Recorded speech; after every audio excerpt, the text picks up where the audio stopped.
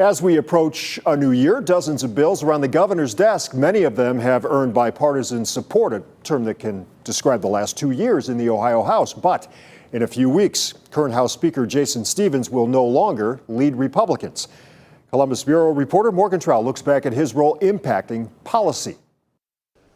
It's one of the last times Ohio House Speaker Jason Stephens strikes down the gavel, because in January he will no longer be in charge. I will not have my name placed in nomination as a candidate for Speaker. His 2-year speakership accomplished GOP goals, but also was an example of bipartisanship. We were a very conservative Republican House that listened to our friends on the other side of the aisle and gave them an opportunity to be heard and gave them an opportunity to speak. This General Assembly was atypical, with unlikely partnerships between a segment of Republicans and Democrats. We've been able to have a little bit more influence because of the division that has existed in the majority party. This started in 2023 when the GOP caucus chose to support a far-right leader. But on the floor for the full House vote, 22 Republicans and 32 Democrats, led by Minority Leader Allison Russo, voted and elected more moderate Jason Stephens. I don't apologize for that, and neither do my members.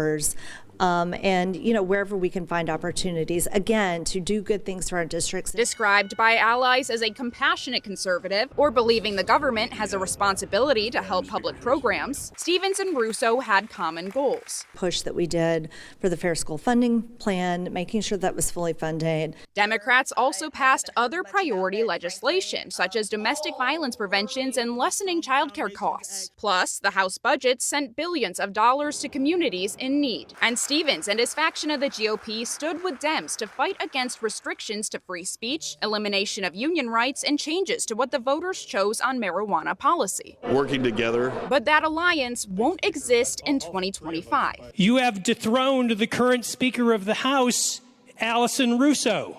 Term-limited Senate President Matt Huffman won the GOP vote for Speaker. Huffman is a fiscal conservative, his focus on business growth and cutting taxes. He did work with Democratic leadership, but it wasn't nearly as bipartisan as the House. And although Stephens says he isn't ready to give up power, he knows that anything can happen in politics. Some days it's raining, but the sun will shine again, and some days it's sunny, but it's going to rain again. The final vote for Speaker will be on January 6th. The House stands adjourned.